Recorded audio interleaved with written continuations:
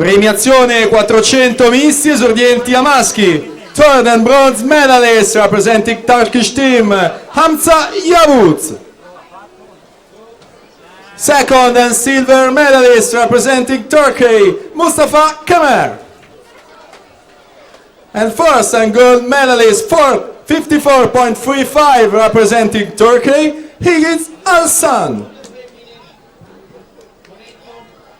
Dunque il podio tutto targato Turchia con Alsan, Kemer, Yavuz.